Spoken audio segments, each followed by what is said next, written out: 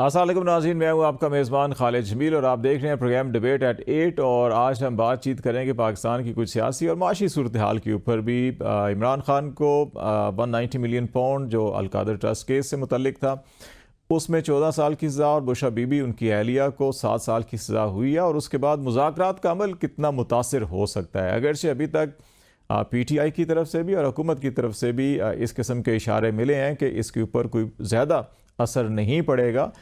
लेकिन इरफान सिद्दीकी साहब ने कहा कि दो दो तीन तीन दरवाज़ों के ऊपर बैक वक्त मुज़ाकरात नहीं चल सकते। उनका इशारा गालबन जो PTI की लीडरशिप की आर्मी चीफ के साथ मुलाकातें हुई हैं उस तरफ था।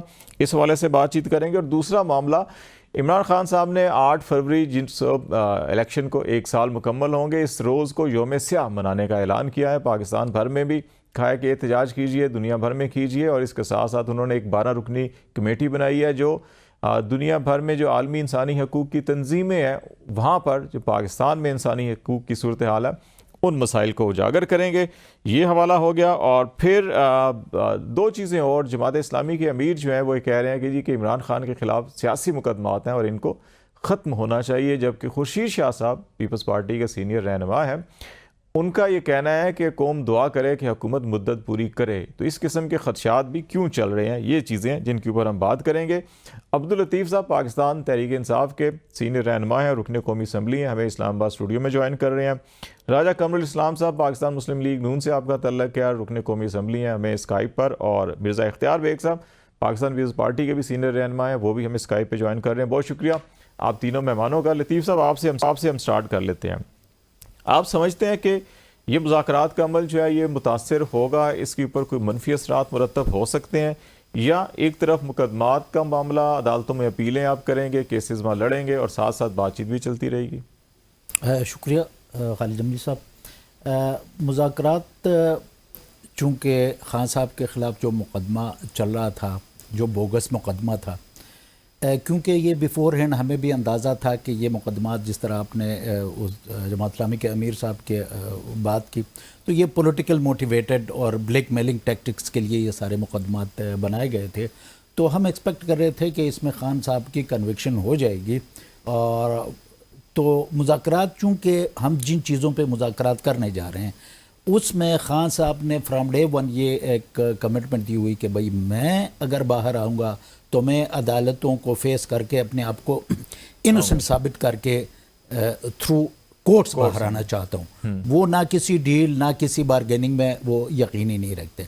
अब मुज़ाकरात जिन दो पॉइंट्स पे हम कर रहे हैं वो ये है कि एक तो 9 मई और 26 नवंबर के जुडिशल कमीशन, और दूसरी जो हमारी शर्त है वो ये है कि जो हमारे इनोसेंट वर्कर्स जो हैं वो जो जेलों में गल सड़ रहे हैं और उनकी ज़मानतें तक नहीं हो रही हैं तो उनकी रिहाई, और जिनकी ज़मानतें अगर हो रही हैं तो उनको नए मुकदमात में फंसाया जा रहा है। एग्जैक्टली। तो ये चूँकि खान साहब जो हैं वो किसी भी तरह, हालांकि खान साहब को आप यू आर वेल अवेयर के उसको किस्म किस्म की जो डील की पेशकशें की गई कि आप बानी काला शिफ्ट हो जाएं, ये करें, लेकिन वो एक प्रेसिडेंट पाकिस्तान में ऐसा सेट करना चाहते हैं कि जो हमारी सियासी क़यादत अब तक जो बदकिस्मती से करती आई है कि वो प्रेशर लेती आई है और वो कंप्रोमाइज़ करके पूरी पॉलिटिकल क्लास की जो क्रेडिबिलिटी है वो तबाह करके रख दिए।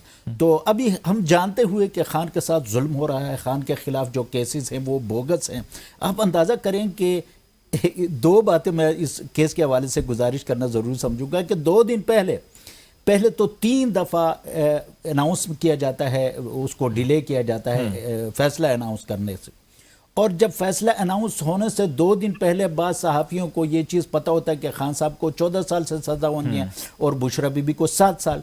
तो और तीसरी बात ये है कि जो जज मुकर्रर किया गया था 2004 में सुप्रीम कोर्ट ऑफ पाकिस्तान ने उससे किसी भी जुडिशल सर्विस के लिए नाअहल करार दिया गया था। तो उससे डिप्यूट करके ताकि वो नाअहल लोगों से जिनकी कोई क्रेडिबिलिटी नहीं है तो उनसे सजा दिलवाएं।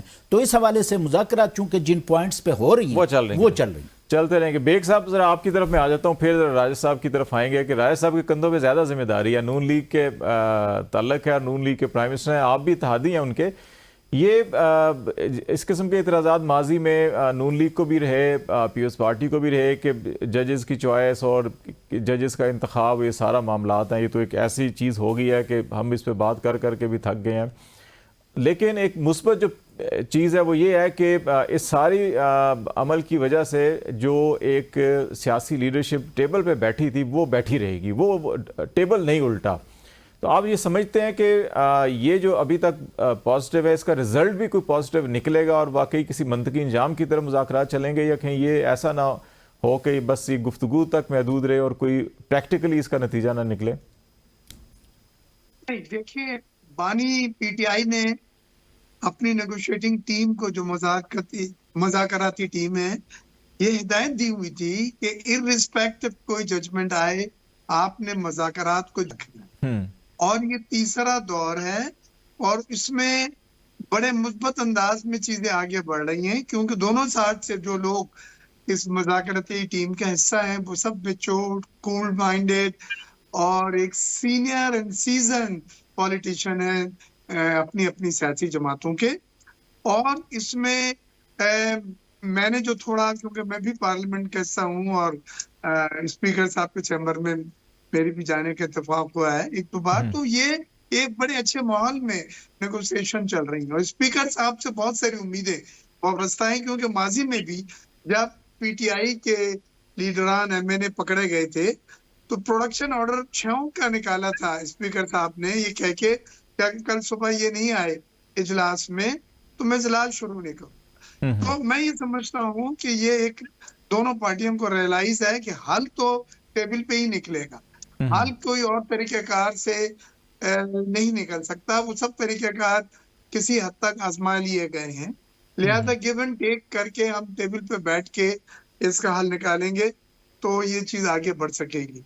तो मैं समझता हूँ कि ये बड़ी खुशाइन बात है कि एक बड़ी खबर होने के बाद भी मज़ाकराती टीम ने अपने मज़ाकरात के एजेंडे को कायम रखा और मज़ाकरात को जारी रखने का ऐलान किया और मज़ाकरात को कंटिन्यू रखने के साथ साथ एक मैसेज भी दिया कि तमाम सियासी जमातें पाकिस्तान में सियासी इस्तेकाम चाहती हैं, पॉलिटिकल स्टेबिलिटी चाहती हैं और वो जमहूरी निज़ाम को डिरेल नहीं करना चाहती। तो ये तमाम चीजें मेरे नजदीक तो मुस्बत हैं। जहां तक सवाल है बानी पीटीआई की सजा का, तो उनके पास अभी बहुत फोरम है ऊपर जहाँ पे जाके वो अपील कर सकते हैं और इक्विट हो सकते हैं, अपना पॉइंट ऑफ व्यू पेश कर सकते हैं।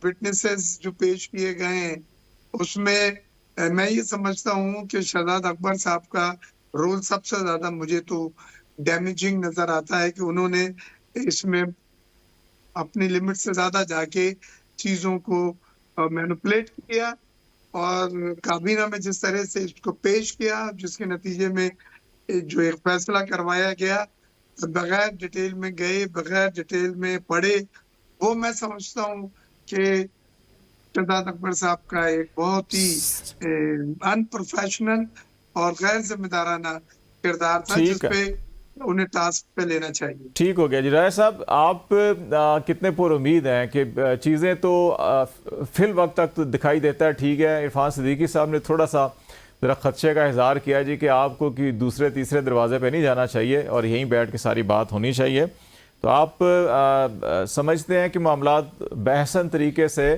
क्योंकि 2 डेडलाइंस, एक तो 7 दिन की कही थी पीटीआई ने जी कि आप हमें 7 दिन में जवाब दें कमीशन बनना है या नहीं बनना, और दूसरा फिर 31 जनवरी तक अगर आप पेशरफ्त की भी यकीन दहानी करा देते हैं तो 31 जनवरी तक कोई ना कोई ब्लैक एंड वाइट में चीज़ आनी चाहिए। उसके बाद वो कह रहे हैं कि फिर हम कोई मीटिंग नहीं करेंगे।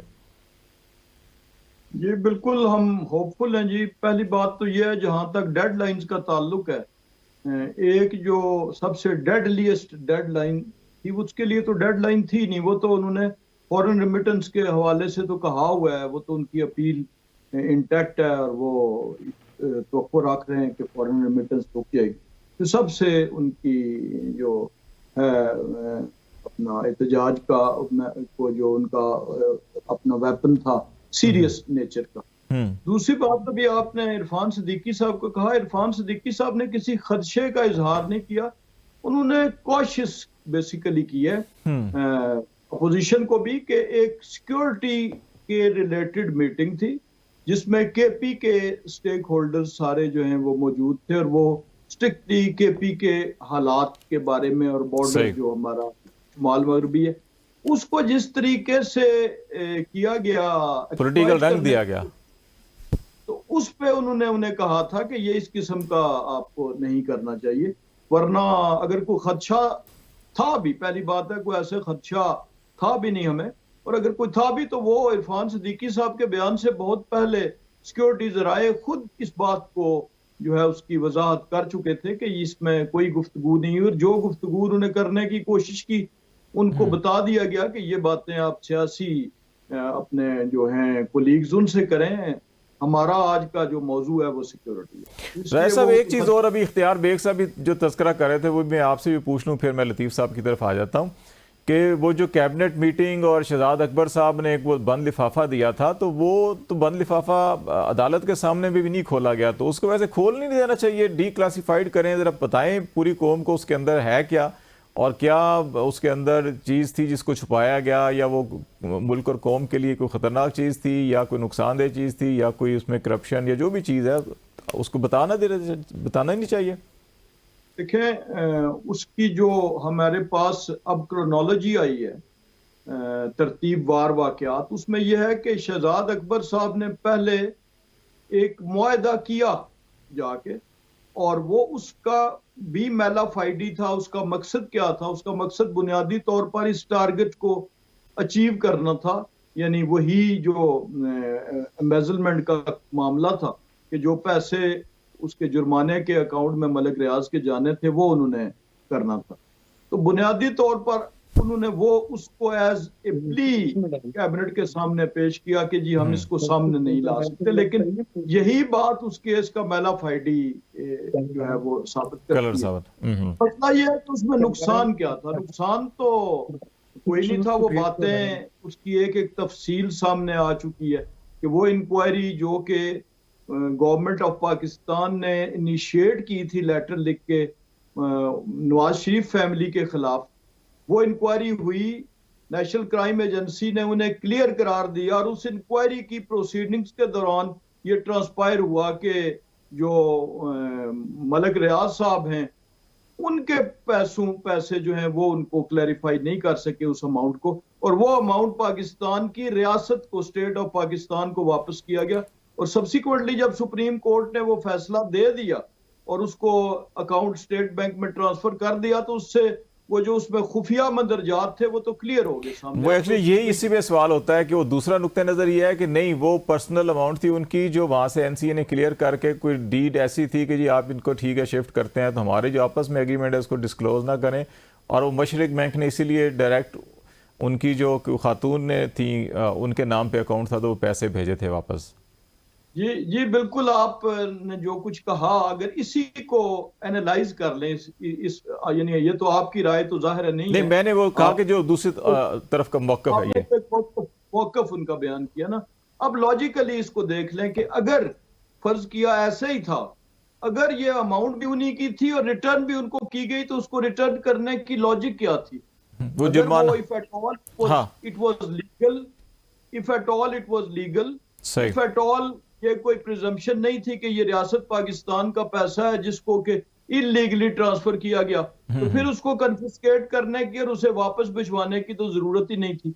तो जो अगर वो लीगली ट्रांसफर था, सब कुछ ठीक था, तो क्या एनसीए जिम्मेदार था मलिक साहब का जुर्माना? वो कहते हैं ये ऐसे ही है जैसे वो हसन साहब के भी जो अकाउंट्स फ्रीज हुए थे, इनके भी हुए थे, फिर उनके भी क्लियर हो गए, इनके भी क्लियर हो गए, तो अब इनकी पर्सनल अमाउंट थी, वो जहां मर्जी करना चाहे तो वो जुर्माने की मद में ले आए। राय साहब यहाँ पे ब्रेक लेते हैं, ब्रेक के बाद वापस आएंगे तो नाज़रीन बातचीत को यहीं से आगे बढ़ाएंगे, हमारे साथ रहिएगा।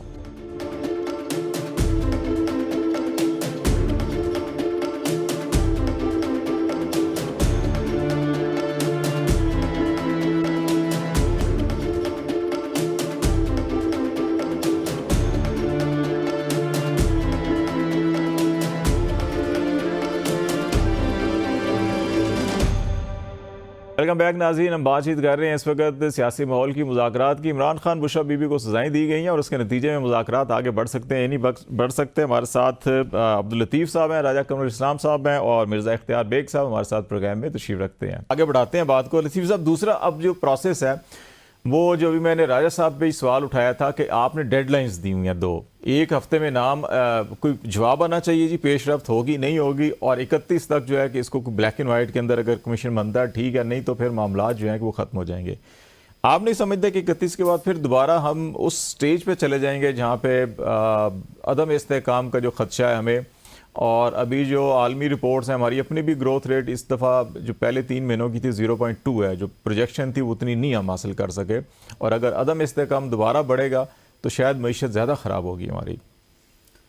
देखें जी, ये आपने बिल्कुल सही फरमाया कि जो पॉलिटिकल अनस्टेबिलिटी, जो मैंडेट चोरी के बाद जो फॉर्म 47 की गवर्नमेंट बनी थी, उसमें तो पॉलिटिकल स्टेबिलिटी का होना तो दरकिनार, क्योंकि किसी चीज़ का होना ये इल्लत व मालूल की दुनिया है। यहाँ पे हम ये नहीं कर सकते कि एक गिलास में हम पानी डाल दें और हम तवक्को रखें कि इस गिलास को हम उंडेलेंगे तो वहाँ से दूध निकलेगा। तो पॉलिटिकल स्टेबिलिटी सबसे बुनियादी चीज़, उसकी जो इंग्रेडिएंट है वो है कि आप जो जेन्युइन जो इलेक्टेड गवर्नमेंट होती है उसकी बुनियाद पर पॉलिटिकल स्टेबिलिटी आती है और उस क्रेडिबिलिटी की बुनियाद पर सरमायाकारी आती है। अब सारी दुनिया को पता है कि 8 फरवरी को जो पाकिस्तान में हुआ वो पाकिस्तान की तारीख में सबसे बड़ा डाका डाला गया था अवामी मैंडेट पर। तो पॉलिटिकल अनस्टेबिलिटी तो ये बाय डिफ़ॉल्ट इस गवर्नमेंट के साथ एफिलिएट है। अच्छा, अब जब मुज़ाकरात हम कर रहे थे तो ये बात मैं यहाँ पे एक चीज़ की तस्दीक कर दूँ कि ये हमारी डिमांड नहीं थी, बल्कि ये गवर्नमेंट की कमिटमेंट है कि भाई हम आपको विद इन 7 वर्किंग डेज आपकी जो डिमांड है उस पर आपको जो है पॉजिटिव वो देंगे। अब ये हमारे जिस तरह भी हमारे डिमांड से, हमारे 10-20 डिमांड से जो कि जेन्युइन है, लेकिन for the sake of the country, for political stability, for smooth forward movement, हमने वो शार्ट करके हमने कहा कि भाई आप जुडिशल कमीशन बनाएं और हमारे जो इनोसेंट जो प्रिजनर्स हैं उनको रिलीज कर दें। तो उससे क्या होगा कि एक जो कहते हैं कि CBM जिसे कहते हैं कॉन्फिडेंस बिल्डिंग मेजर, तो अब ये 100% गवर्नमेंट पर डिपेंड करता है कि इनकी इंटेंशन क्या है। अगर इनकी इंटेंशन मुल्क को आगे ले जाने की, कुछ अपने क्रेडिबिलिटी एस्टेब्लिश करने की अगर इनकी नीयत हो, तो इनके पास ये एक गोल्डन अपॉर्चुनिटी है। हमने इनको अपॉर्चुनिटी दी है कि ये जो जायज़ 2 मुतालबात चीफ जस्टिस को लिख दें कि वो कमीशन बना दें दोनों मामलों के ऊपर। TORs के ऊपर कुछ नरमी हो सकती है कि वो समझते हैं तो चार्जशीट करती है। देखिए जी, वो जो स्ट्रेटेजिक इशू जब उस पे अगर एग्रीमेंट होता है तो जो निटिग्रिटीज हैं, जो डिटेल्स हैं माइक्रो लेवल पे, वो जाहिर है कि उस पर हो सकता है। लेकिन ये खुदा न खास्ता अगर ये चीज़ एक्सेप्ट नहीं करते तो फिर इनकी नीयत ये है कि ये जिस तरह हम 3 सालों से PTI को दीवार से लगा के उनके जो ह्यूमन राइट्स के जो बुनियादी हुकूक भी हमारे जो सल्ब करते आए हैं, तो इनकी नीयत ये है। तो अगर खुदा न खास्ता अगर इनकी नीयत ये हुई तो फिर हमारे पास एहतिजाज और दमादम मस्त कलंदर के अलावा तो हमारे पास कोई चारा नहीं है। और फिर जब ये रोना रोएंगे कि यार पॉलिटिकल अनस्टेबिलिटी, तो ये हो नहीं सकता कि आप किसी को, अब 26 नवंबर को हमारे वर्कर्स पर स्ट्रेट फायर करके उनको शहीद किया गया, और हम जब कहा कि भाई ये क्यों आप कर रहे हैं तो उन शुहदा का मजाक उड़ाया गया। अब 13 पाकिस्तानी, भले वो PTI के ना भी हो, पाकिस्तान के बच्चे थे, वो मारे गए। रेंजर्स के भी देखे ना, वो चाहे वो हादसा है चाहे फायरिंग है, कोई भी उसकी भी तो तहकीकात हो, जो भी मंतकी नतीजा उसका निकले। हम वो तो 9 मई का बुहतान हम पे, हम 2.5-3 सालों से सुन रहे हैं 9 मई फलां हुआ 9 मई को। हम तो डे 1 से खान साहब की ये डिमांड रहा है कि भाई आप जुडिशल कमीशन बनाओ और जो भी इसके जिम्मेदारान हैं, और फिर उसमें जुडिशल कमीशन में फिर जो हमारे पास जो सबूत हैं, जो हमारे मामले, ये तो हो नहीं सकता कि एक बंदा, एक इदारा जो है वो जज भी हो, जूरी भी हो, फैसला भी करे, एक्यूज भी करे। तो इसलिए ये तो जो जेन्युइन हमारे जो वहाँ पे भी आ जाएगा। जरा बेग साहब, ये बड़ा अहम इशू इस एतबार से है कि जो हमें थोड़ी सी स्टेबिलिटी अभी नज़र आ रही है, एक ठहराव नज़र आ रहा है सियासी एतबार के ऊपर, इसमें ख़दशा कहीं ना कहीं मौजूद है कि अगर मामलात आगे ना बढ़े कमीशन की तरफ क़याम के, तो ये फरवरी के पहले हफ्ते में दोबारा उसी किस्म के हालात हो जाएंगे। तो मईशत आपके सामने है, आप ज़्यादा बेहतर समझते हैं, ख़ुद बिजनेसमैन भी हैं, सियासतदान भी हैं आप, और जो इंडिकेटर्स हैं वो इस वक्त तक कहीं थोड़े बहुत इम्प्रूव हुए हैं, लेकिन वो सूरत हाल नहीं है जो होनी चाहिए थी। और अभी भी जो फोरकास्ट इंटरनेशनल इदारे भी कर रहे हैं कि वो जो हमारी टारगेट से हम उतने अचीव नहीं कर पाएंगे। तो ऐसे हालात में कितना ज़रूरी होगा कि सारे स्टेक होल्डर्स को, सियासी जमातों को भी, बिज़नेस कम्युनिटी को भी और इस्टेब्लिशमेंट को भी ये समझना होगा कि हमें कुछ ना कुछ हल ज़रूर निकालना है इसका। नहीं, आपने सही तरफ तवज्जो दिलाई कि इस वक्त जो माशी बेहतरी और इकोनॉमिक इंडिकेटर कुछ बेहतर हुए हैं, जिसमें रिमिटेंसेस बढ़ी हैं, जिसमें करंट अकाउंट 3-4 बार मुसलसल प्लस में आया है, जिसमें तिजारती खसारा बैलेंस हुआ है, जिसमें $35 अरब की भी रिमिटेंसेस एक्सपेक्टेड है, रुपया मुस्तहकम है, एक्सपोर्ट बढ़ी है। ये सब चीजें जो जाके लड़खड़ा रही हैं, सस्टेनेबिलिटी हमें चाहिए, उसके लिए सियासी इस्तेकाम चाहिए, और सियासी इस्तेकाम हमें खराब होता नजर आ रहा है। हम चाहते हैं कि माशी इस्तेकाम के लिए सियासी इस्तेकाम पॉलिटिकल पार्टीज कम से कम आपस में वो माहौल दें। अभी जो IMF ने एक रिपोर्ट दी है, उसने कहा हमारी पहले क्वार्टर की जो GDP ग्रोथ है वो 0.9% है, तो उसको अगर 3 क्वार्टर से मल्टीप्लाई करें तो हम 2.7 बनती है। उन्होंने फिर भी पाकिस्तान की GDP ग्रोथ जो पहले फोरकास्ट था 3.5%, उसको कम करके 3% कर दिया है। 0.5% GDP ग्रोथ कम करना एक बहुत ही ज्यादा तशवीश की बात है। इंडिया की GDP ग्रोथ 6.5% फोरकास्ट की गई है, चाइना की 4.6% की गई है, 4.5 था, उसको 0.1% बढ़ाया गया है, और ग्लोबल GDP भी 3% फोरकास्ट की गई है। तो अगर आप ग्लोबल से पाकिस्तान को कंपेयर करें, हम मोरलेस उसी लेवल पर हैं। लेकिन बेग साहब, ग्लोबल को अगर हम देखें ना, ग्लोबल के साथ फिर हम अगर वो परचेजिंग पावर देखें और बाकी इंडिकेटर्स देखें, वो हमारे बड़े वीक है ना। सोशल इंडिकेटर काफ़ी हमारे वीक है, उनको भी थोड़ा इम्प्रूव करने की ज़रूरत है। अगर 3% से थोड़ा ज़्यादा होगी तो हम ज़्यादा बेहतर अपने सोशल इंडिकेटर ठीक कर सकेंगे। देखिए, इस वक्त हमारा जो सेक्टर पिट रहा है वो एग्रीकल्चर के, इस बार वो सपोर्ट हमें नहीं मिल पाएगी जो लास्ट ईयर थी। हमें 6.5% ग्रोथ की थी एग्रीकल्चर की। हमारी कॉटन की क्रॉप 13 मिलियन बेल थी, इस बार कॉटन की क्रॉप 6 और 7 मिलियन बेल के बीच में है। लार्ज स्केल मैन्युफैक्चरिंग का टारगेट 3.5% था, जो मुझे पूरा यकीन है कि नहीं हासिल कर पाएंगे। नहीं, अभी भी उसके अंदर नेगेटिव ग्रोथ चल रही थी, नेगेटिव ग्रोथ चल रही है। और उसके साथ जॉब क्रिएशन को अगर आप लें और एक्सपोर्ट को लें तो दोनों जगह मायूसी आपको नजर आती है। तो इस सिनेरियो में मैं ये नहीं समझता कि आप हायर GDP ग्रोथ की तरफ जा सकेंगे।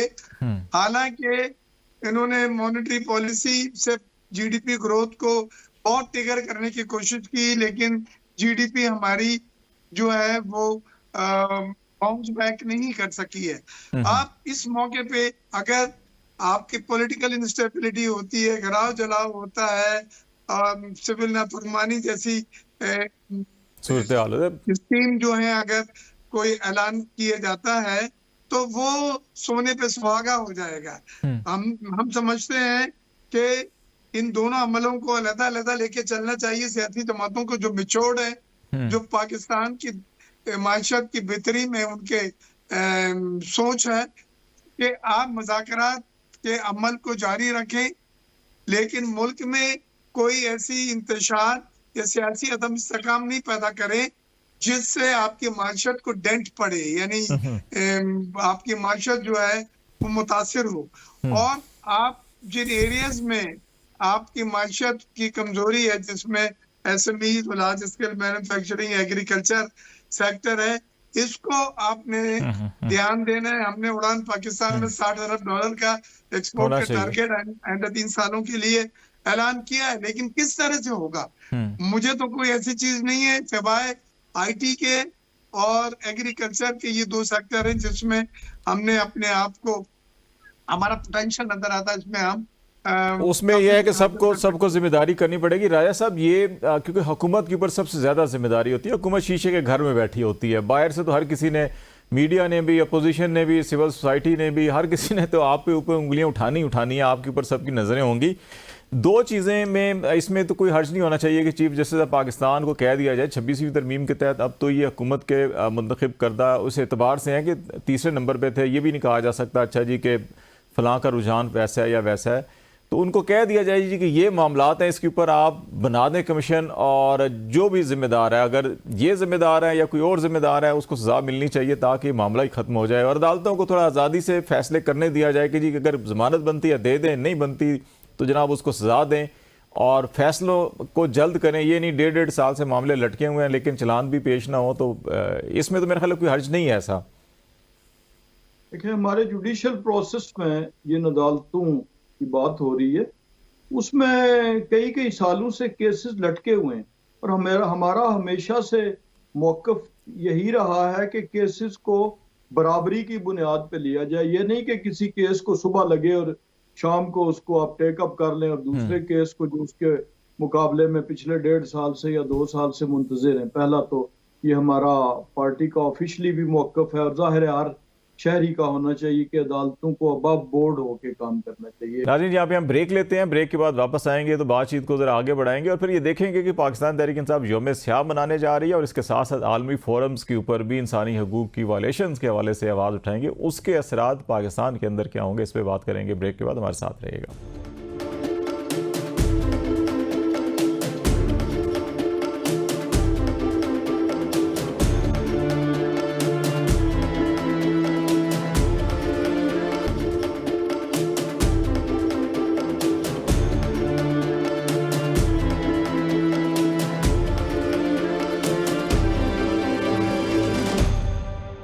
वेलकम बैक नाज़रीन, प्रोग्राम के आखिरी हिस्से में बातचीत को आगे बढ़ाते हैं। हमारे साथ अब्दुल लतीफ़ साहब PTI से, राजा कमरुल इस्लाम साहब PMLN से, और इख्तियार बेग साहब पाकिस्तान पीपल्स पार्टी से हमारे साथ हैं। बातचीत को हम आगे बढ़ा रहे हैं। लतीफ़ साहब, एक चीज़ देखें ना, राय साहब ने भी कुछ चीज़ें क्लियर की हैं। अच्छा, एक चीज़ ये बताएं कि अब मामला जो है कि एक आपका मामला आ रहा है जी फरवरी में यौम स्याह, और उसके ऊपर आप खदशा है जी दमादम मस्त कलंदर आप कह रहे हैं करेंगे, और दूसरा मामला है कि इंटरनेशनल तमाम फोरम्स को आप कह रहे हैं कि आपने कोई 3-4 चैप्टर बनाए, ऑस्ट्रेलिया में, UK में, USA में जिम्मेदारियां दी हैं, 9 लोग यहाँ पे कमेटी बनी है, तो आप समझते हैं कि एटलीस्ट उस वक्त तक जब तक अच्छा है कि मुज़ाकरात किसी करवट बैठ जाए, ये ऊँट या कोई मामला निकल आए या कोई नतीजा निकल आए, उस वक्त तक वेट कर लिया जाए, या आप समझते हैं कि नहीं पैरेलल ये भी बहुत ज़रूरी है कि इंटरनेशनली प्रेशर हम जारी रखें? देखें जी, ये वेट करने की इसलिए ज़रूरत नहीं है कि ये हम मुतालबा 3 साल से करते आ रहे हैं। जुडिशल कमीशन का, पहले हम 9 मई का जुडिशल कमीशन मांग रहे थे, फिर 26 नवंबर का हादसा हुआ, वो उसमें ऐड हो गया, और उसके बाद हमारे जो वर्कर्स थे वो मज़ीद गिरफ्तार हो गए। अब यहाँ पे जो मुस्लिम लीग नून के मेरे भाई हैं, ये खुद इतना कंफ्यूज हैं कि अब इमेजिन करें कि इस मुल्क में मिलिट्री कोर्ट्स ने लोगों को सजाएं दी, और ये कॉन्स्टिट्यूशनल गवर्नमेंट अपने आप को कहते हुए, ये पार्लियामेंट का मेंबर कहते हुए खुद को, ये उसको इंडोर्स करते हैं कि लोगों को सजाएं दी गई। भाई, किस कोर्ट ने उसे सजा दी? अभी फॉर एग्जांपल जो ये स्पेशल जज ने, नैब कोर्ट ने खान साहब को जो सज़ा दी है, हम कहते हैं कि 100% गलत, वो जज डिसक्वालीफाई था, वो बिल्कुल इसके लिए क्वालिफाई नहीं करता था कि वो, और सुप्रीम कोर्ट के मुताबिक कि वो इस जजमेंट का हिस्सा बनता, लेकिन उसके बावजूद भी उसने हमारे खिलाफ एक फैसला दिया। हम आगे फोरम पे जा रहे हैं, हाई कोर्ट में, वहां पे जाके हमारे पास एक फोरम अवेलेबल है। अब ये साफ फरमा रहे हैं कि लोगों के सजाएं हुई। भाई, किन लोगों को सजाएं हुई, किस अदालत से हुई? क्या मिलिट्री कोर्ट्स को आप इंडोर्स करते हैं? सुप्रीम कोर्ट का फैसला तो अभी तक आया नहीं। वैसे बाय द वे लतीफ़ साहब, जो लोग फैसले से पहले 2 दिन कह रहे थे ना कि इनको इतनी सज़ा होगी, ये होगी, तो वो अभी ये कह रहे हैं कि हाई कोर्ट में भी जो है कि बंदोबस्त हमने कर लिया, वहाँ भी इनको अच्छा, इनकी ये जो 3 दफ़ा जो हमारे खान साहब के जो फैसला था, अब पता चला कि तकरीबन 150 पेजेस का फैसला, और फैसल वाडा साहब वैसे कह रहे थे, वो कहते हैं जी हमने इंतजाम सारा किया हुआ है। फैसल वाडा साहब को ये चीज़ें इत्तला दी जाती हैं, तो अब उस जुडिशल सिस्टम में हम रहते हैं कि वहाँ पे 2 दिन पहले, अच्छा, TV चैनलों पर खबर चलाई गई इमरान खान की बरियत की, वो असल में चली। वो अडयाला जेल से कुछ लोग निकले नारे लगाते हुए पहले, अच्छा, इमरान खान तो जिंदाबाद के, तो रिपोर्टर ने समझा, जो बाहर खड़े थे उन्होंने समझा कि शायद रिहा हो खबर गया। भी चला दी। अब इस हालात में अच्छा ये जो लेट कर रहे थे, इनका मामला ये है कि ये जो 26वीं आई तरमीम है, मैं इसको इबलीस तस्वुर करता हूँ। ये इतने बच्चे ये इबलीस देगी कि पाकिस्तान खुदा न खास्ता अगले चंद सालों पर तक आईनी और कॉन्स्टिट्यूशनल एक क्राइसिस का शिकार रहेगा। तो ये जो इनकी प्लानिंग भी ये है कि ये हाई कोर्ट्स में भी हैंड पिक जजेस जो हैं वो ले आएँ, 2 आ गए हैं, पीर को हलफ उठाएंगे, वो ले आए, और जो हमारी जो अपीलें हैं वो भी उन जजों के जरिए। तो ये अब जुडिशल सिस्टम ये इस हद तक बात आ गई है। तो जिस तरह आपने फरमाया ना कि ये जो इंटरनेशनल ह्यूमन राइट्स ऑर्गेनाइजेशन हुआ, तो जब आपको किसी भी फोरम से इंसाफ की तवक्को ना हो, आपकी जुडिशरी का ये हाल हो तो कि अब सुप्रीम कोर्ट जो है वो एक टूथलेस बॉडी होकर रह गई है, सिर्फ एक शख्स के खातिर कि वो चीफ जस्टिस ऑफ पाकिस्तान न बने, और जो है ब्रूटल कमीशन भी बनेगा तो यही नतीजा निकलेगा। अगर ये हालात रहे तो राय रहे तो जरा बेग साहब ये बताइएगा, ये खुशीश शाह साहब को क्यों खदशात लाक हो गए? वो कह रहे हैं दुआ करें हुकूमत मुद्दत पूरी करे अपनी, कोई ऐसा लगता है आपको कि हलचल पहले मच जानी है जो वो कह रहे हैं दुआ करें पूरी कर ही लें? देखिए, मेरी जाती राय तो ये है कि हुकूमत मुद्दत भी पूरी करे और ये सियासी अदम से काम खत्म हो। इलेक्शन बार बार कराना या जल्दी जल्दी कराना इतना आसान नहीं है, और उसमें जो फंड्स और फाइनेंसेस की रिक्वायरमेंट है वो आप जैसा मुल्क जिसके माशर लड़खड़ा रही है बर्दाश्त नहीं कर सकता। 52 अरब रुपए की ये खतीर रकम है, ये कोई खेल नहीं है। दूसरी चीज, मैं तो यही ख्वाहिश भी होगी, दुआ भी करूंगा कि ये हुकूमत अपना जमहूरी टर्नओवर पूरा करे, और उसके बाद जिनको भी मैंडेट मिले वो आके उस सफर को आगे लेके जाएं, आगे बढ़ाएं, जारी रखें।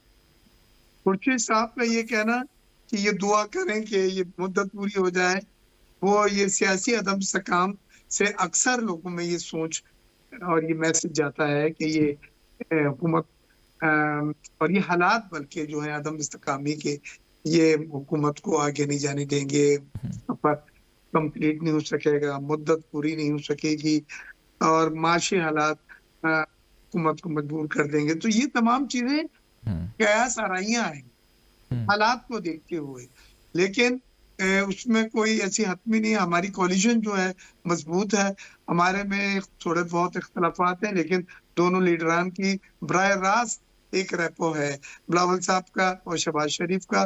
पंजाब में हमने जब कानून साजी की थी, जब हुकूमत साजी की थी, तो कानून साजी में जो एग्रीमेंट साइन हुआ था उसमें हमारे कुछ क्लॉजेस अभी उन पे अमल दरामद नहीं हुआ है, वो बात की गई है। नबी कुमार साहब ने, सागरार साहब ने वादा करा है कि उसको पंजाब में एडमिनिस्ट्रेटिव पोजीशन हमको वो देंगे, अकोमोडेट करेंगे। तो मैं नहीं समझता कि कोई ऐसी हालात है, और हुकूमत को कोई खतरा हो। चल रहा है, हम कोरम पूरा हो रहा है, हमारे लोग भरपूर उसमें शिरकत कर रहे हैं। हमें पार्टी लीडरशिप की तरफ से हिदायत है कि वो तमाम बिल्स को जो मुल्की मफाद में या मुल्की माशत के लिए हैं हम सपोर्ट करें, और हम कर रहे हैं, और भरपूर हमारा पार्टिसिपेशन है। तो मैं नहीं समझता। तो मैं एक सिर्फ मुख्तसर ये गुजारिश की, क्या 25 करोड़ अवाम में खुदा न खास्ता अब भी कोई ऐसा बंदा होगा कि वो दुआ करे कि ये हुकूमत चलती रहे इन हालात में भी? नहीं, वो तो उनका नुक्ता नज़र है ना, पीपल्स पार्टी की नुमाइंदगी कर रहे हैं और वो हुकूमत में है तो उनकी तो ख्वाहिश रहेगी, और इस्तेकाम तो वैसे भी रहना चाहिए मुल्क के अंदर। राय साहब, आखिरी 2 मिनट हैं, तो ये PTI इंटरनेशनल लेवल के ऊपर ह्यूमन राइट्स वायलेशन के लिए आवाज़ उठा रही है। हमें याद है मियाँ साहब भी जद्दा थे, जद्दा से फिर लंदन आए, वहाँ पे बड़ी उन्होंने एक तहरीक भी चलाई, आवाज़ उठाई, जितने इंटरनेशनल फोरम से उन्होंने भी वहाँ तक आवाज़ पहुँचाई अपनी कि पाकिस्तान के अंदर जुल्म या जबर हो रहा है या जमहूरियत को नहीं पनपने दिया जा रहा। तो ये लीडरशिप हमेशा करती रही है इंटरनेशनल प्रेशर क्रिएट करने के लिए। तो आप समझते हैं कि स्टेज के ऊपर PTI भी ठीक कर रही है या नहीं, इनको फिलहाल नहीं करना चाहिए? देखिए, फिलहाल की क्या बात है, 2 चीज़ों का कंपैरिजन नहीं बनता।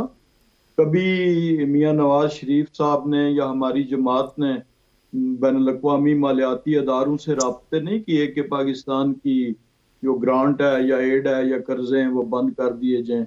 कभी उन्होंने इश्तिहार लगा के तो पाक फौज पे कत्लेआम के इल्ज़ामात फौरन जो दारुल हुकूमत है उन पे नहीं लगाए, कभी उन्होंने राई का पहाड़ नहीं बनाया। तो ये दो कंपैरिजन असूली तौर पे गलत है। और इनका तो वैसे भी जो दारुल हुकूमत शुरू होता है जिससे वो तल अबीब से जाके शुरू होता है और जाके फौरन हुकूमतों से, फौरन ममालिक की असम्बलियों से तो और राय साहब मेरा ख्याल है इतना दूर नहीं जाना चाहिए। एक जमाना था, यहाँ पे सिर्फ मैं एक गुजारिश करूंगा, एक जमाना था कि हमने भुट्टो साहब को कहा कि उनका भी दारुल हुकूमत कहीं और है, मियाँ साहब का कहते थे दारुल हुकूमत दिल्ली या मोदी कहते थे। मेरा ख्याल है सियासतदानों को भी हमें ना ये कहना छोड़ देना चाहिए, ये कोई और कहे तो अच्छा लगता है, सियासी जमातों को आपस में नहीं करना चाहिए। जो फरमाया कि बिल्कुल ठीक फरमाया कि ऐसी कोई बात नहीं की थी, लेकिन नवाज शरीफ साहब ने हद दर्जे हुब्बुल वतनी का सबूत देते हुए ये फरमाया था कि मुंबई हमलों में पाकिस्तान मुलव्वस है, जिसके सबूत के तौर पर इंटरनेशनल कोर्ट ऑफ जस्टिस में पेश किया।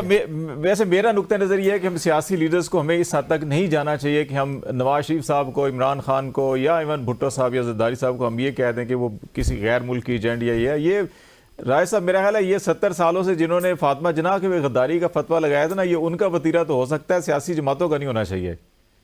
नहीं, गद्दारी का फतवा नहीं लगाया, हमने कहा कि ये देखते कहाँ पे हैं, किन दारुल हुकूमतों की तरफ देखते हैं कि 7वां बैरी बड़ा आएगा तो हमें बचाएगा, मरीख से मखलूक आएगी तो वो बचाएगी, ये बात काबिले एतराज। चल ये बिल्कुल नहीं होना चाहिए। अवाम बोल रहा है, किसी ने नहीं कहा। अवाम असल हकमियत अवाम की, अवाम पे सबकी नजर हो तो मेरा ख्याल है हालात ठीक होंगे। बहुत शुक्रिया राय साहब आपका भी, बेग साहब आपका शुक्रिया, लतीफ़ साहब आपका भी बहुत शुक्रिया। नाजरीन बातचीत हम कर रहे थे क्योंकि सियासी मामलात की, आज तक इतना ही। खालिद जमील को इजाज़त दीजिए, अल्लाह हाफिज़।